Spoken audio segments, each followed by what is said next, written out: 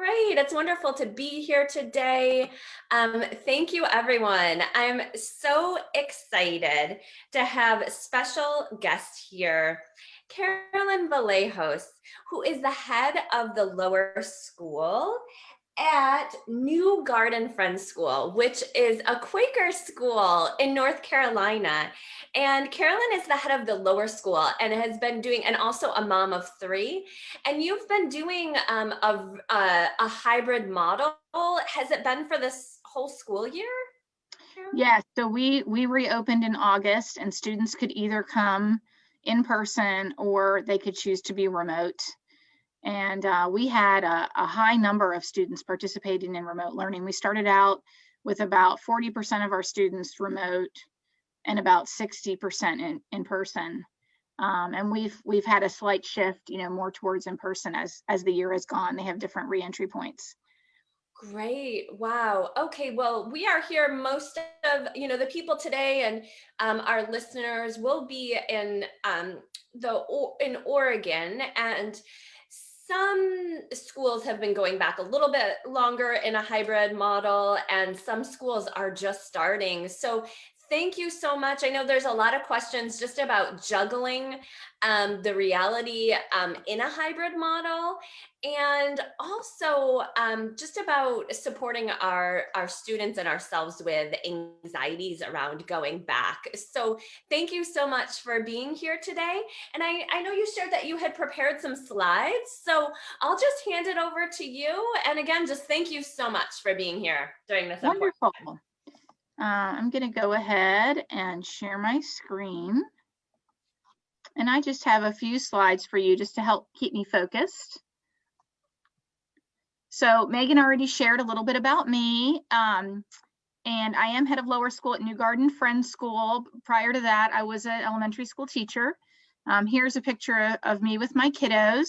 I have Lena, who's 14, and I have twins, Silas and Hallie, who are 8. And I'm a single parent. My kids have 2 moms, and that's a whole dynamic too. I think that doesn't get talked a lot about in COVID is for those of us who have children who live in 2 houses, navigating both the schooling aspect and the safety aspect there. So that's something I'm quite familiar with. Megan said some folks needed to talk a little bit about making the decision about whether or not to be remote or in person. And I spend a lot of time talking to families about making that decision, and, starting with over the summer. So my suggestions in that regard are learning as much as you can about school protocols. It's always fine for parents to call me and ask questions, what will this be like? And can you explain how this will work? I think that's really helpful. If you have a child in your house who receives any special services, finding out if any of those will look different than usual. So even for me, one of my children needs a lot of one-on-one support. He sometimes needs time alone away from the group, and we as a school are not able to offer as much of that right now because every space is being used for small cohort groups. And we don't have empty spaces like we normally have, where a student could be alone. So, I'm here at work. My children are all remote through our choice as parents. And that's one of the decision-making factors for us, is that some of the things that help him be successful at school we can't do right now. So if your child receives any services, I would recommend finding out, will those look any different than usual?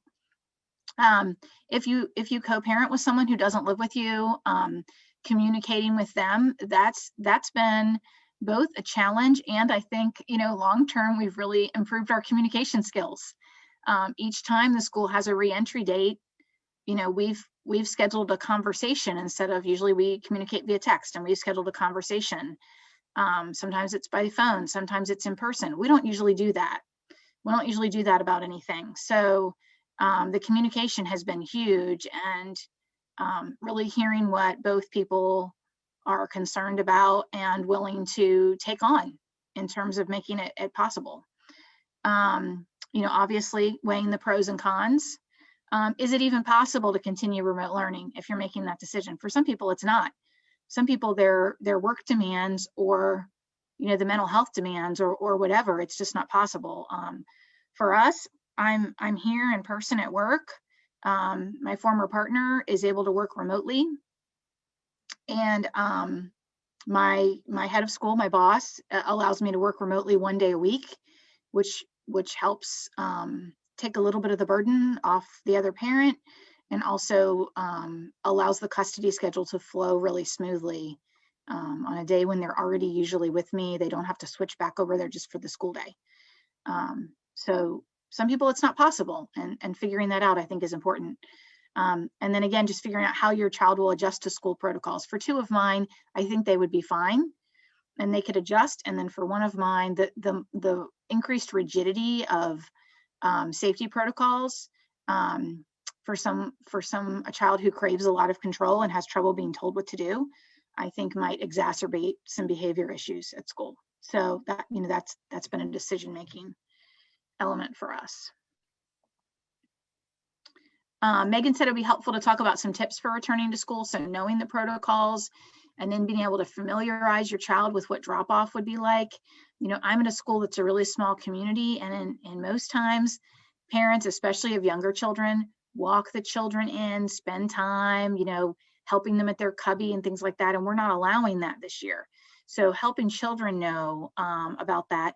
Although I will say I was very worried about that. We do let parents of young children help them get out of their seat and things. Older children just get out by themselves, but they've done fine. But I think kids knowing exactly what that would look like and how that's going to look different than normal was key there. And again, familiarizing your child with how the classroom and playground will be different. Letting them know that they won't be able to sit as close to their buddies as they're used to, or if your child's a hugger, that the teacher might not let them go up and give people hugs all day. Things like that, just to help them so that they're not startled by it. We're probably all doing this a ton anyway, but for children who are spending a lot of time at home and not really going out in the community, practicing wearing masks, most of our children have done great with it. Some of them have had some trouble pulling them down, or using their chin to pull it down, things like that. It's tended to be kids who have a little bit more trouble being told what to do to begin with. And so, you don't want to set up this power struggle dynamic, but yet there's a health concern. So any practicing you can do, especially if your child has trouble taking directions or has any sensory concerns where the sensory element of having the mask on may be an issue. Having a plan for when your child or their cohort have to go remote. We just had a possible exposure last week. It's not unusual. So 1 grade level went home and they were remote on Friday, and they were remote again yesterday, and they were able to come back today. But I know that takes a toll on parents to get that call, and then all of a sudden they need a plan. So I think any kind of contingency plan you could have so that that's less startling for you. And then I would say review any special concerns with the teacher. Teachers in general are very stressed right now. And so a teacher who might usually be really on it about every nuance of what a child needs might miss something more easily right now. So, being proactive, asking for a Zoom conference, taking a screenshot of recommendations from a psychologist and sending it in an email, anything you can do to advocate. Because some of our teachers have found that really helpful. Oh, the parent sent me this and I didn't realize that she does well with a separate setting for testing, or things like that. Things that people usually would absolutely know, but the teachers are they're nervous about the safety protocols. And so that takes up a lot of mental space. So anything you can do to advocate for your child if there's special concerns. Megan suggested talking about helping with anxiety. If your child experiences this and does well with a fidget, any kind of fidget, I would recommend that. Our school counselor started off giving everybody one, and our learning specialist got everyone a calm strip, whether they were remote or in person, that they could put somewhere. I don't know if you've seen those. It's just a nice sensory rectangle that you could put on a laptop you could put on a tray workspace, anywhere. And so having something like that, if that's calming for your child. Access to a school counselor is great. Our counselor is meeting with students outdoors and remotely. So, if your child might benefit from that, it might help to know, like, what kind of access will children have to the school counselor. Of course, practicing breathing, meditation, anything like that, that you may have in your back pocket, just remembering to have those out. When my children have gone through times of stress, we've used meditation apps and things like that, just to get it back in our daily practice. And I was recently talking to my son's counselor, and he was reminding me just that even if I can model the breathing myself, because when I'm stressed, they may notice that, and that may be a stress trigger for them. So I think for a lot of us, making these decisions about school, sending the children to school, make us anxious as adults. So even if we're just taking the deep breaths ourselves and things like that, I think that can be beneficial to everybody.